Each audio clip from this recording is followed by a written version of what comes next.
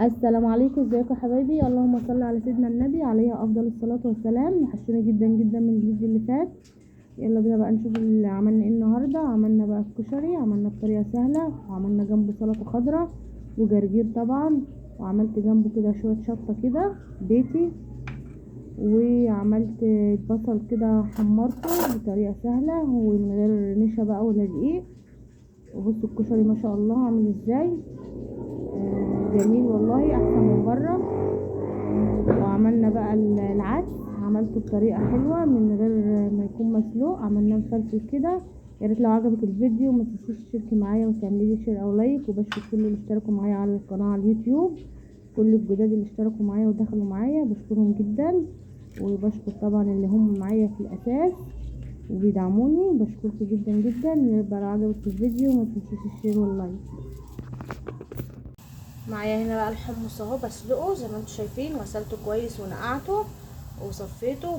معايا بصل كده مقطعه جوليان كده رفيع زي ما انتم شايفين، ولا ملح ولا نشا ولا دي ولا حاجه، وهننزل بيه على الزيت على طول. معايا هنا الحمص كده سلقاه، يعني بعد ما تنقيه وتنقعيه وتشطفيه وبعدين بنسلقه اهو بتسلق معايا. ودي كده البصل اهو بيتحمر، دي تاني مقله.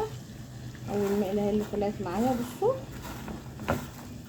عامله ازاي، من غير نشا ومن غير زيت ومن غير نشا ودقيق والحاجات الملح والحاجات دي، مفيهاش اي حاجه. بصوا ما شاء الله عامل ازاي. معايا هنا ميه للسلق بتاع المكرونه وميه بملح فقط. بصوا البصله معايا اهي هخرجها، مش هتك عليها قوي في التحمير عشان لونها يفضل فاتح، من غير نشا ومن غير دقيق ومن غير ملح.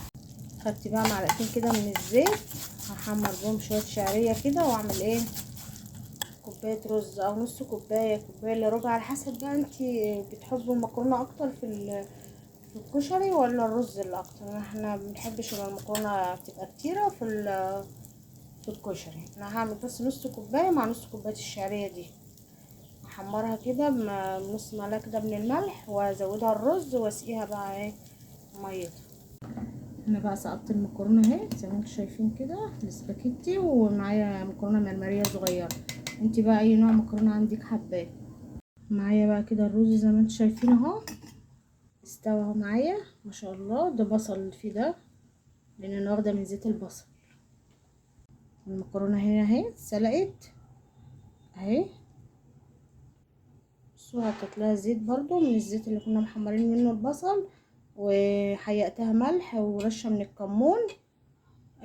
عايزه تضيفي كزبره براحتك، انا حطيت لها بس رشه ملح ورشه من الكمون. معايا هنا بقى زيت، ومعايا هنا توم. التوم ده انا لسه فرماه جديد، التوم ده التوم الجديد اللي انا فرماه.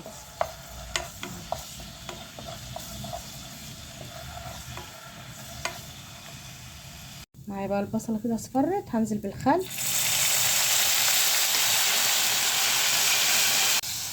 هنزل بقى بالطماطم المعصوره اهي.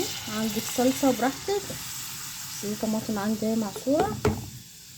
هملحها بقى ملح وكمون وكزبره ناشفه وبابريكا، ومعايا توابل كده من عند العطار، توابل الكشري هضيف لها معلقه كده. بقى معايا الصلصه اهي حدقتها، كمون وملح وبابريكا ورشه من الكزبره الناشفه. حابه تضيفي فلفل اسود براحتك. ودي معلقه اهي من البهارات بتاعه الكشري، لقيتها عند العطار. لقيت حد بياخد بيقول انا عايز دقه الكشري وبهارات الصلصه بتاعه الكشري، فقلت اجيبها كده واجربها. دي اول مره اهي، بس ريحتها حلوه بصراحه. هسيبها بقى ايه تتسبك كده وتتقل وارجع لكم. بصوا شايفين البصل عامل ازاي معايا، بصوا سامعين،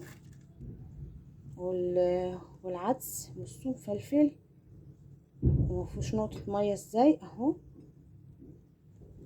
وده الحمص اهو، ده جرجير كده هغسله دلوقتي مع الاكل، ونكمل بقى غرف ونغرف مع بعض.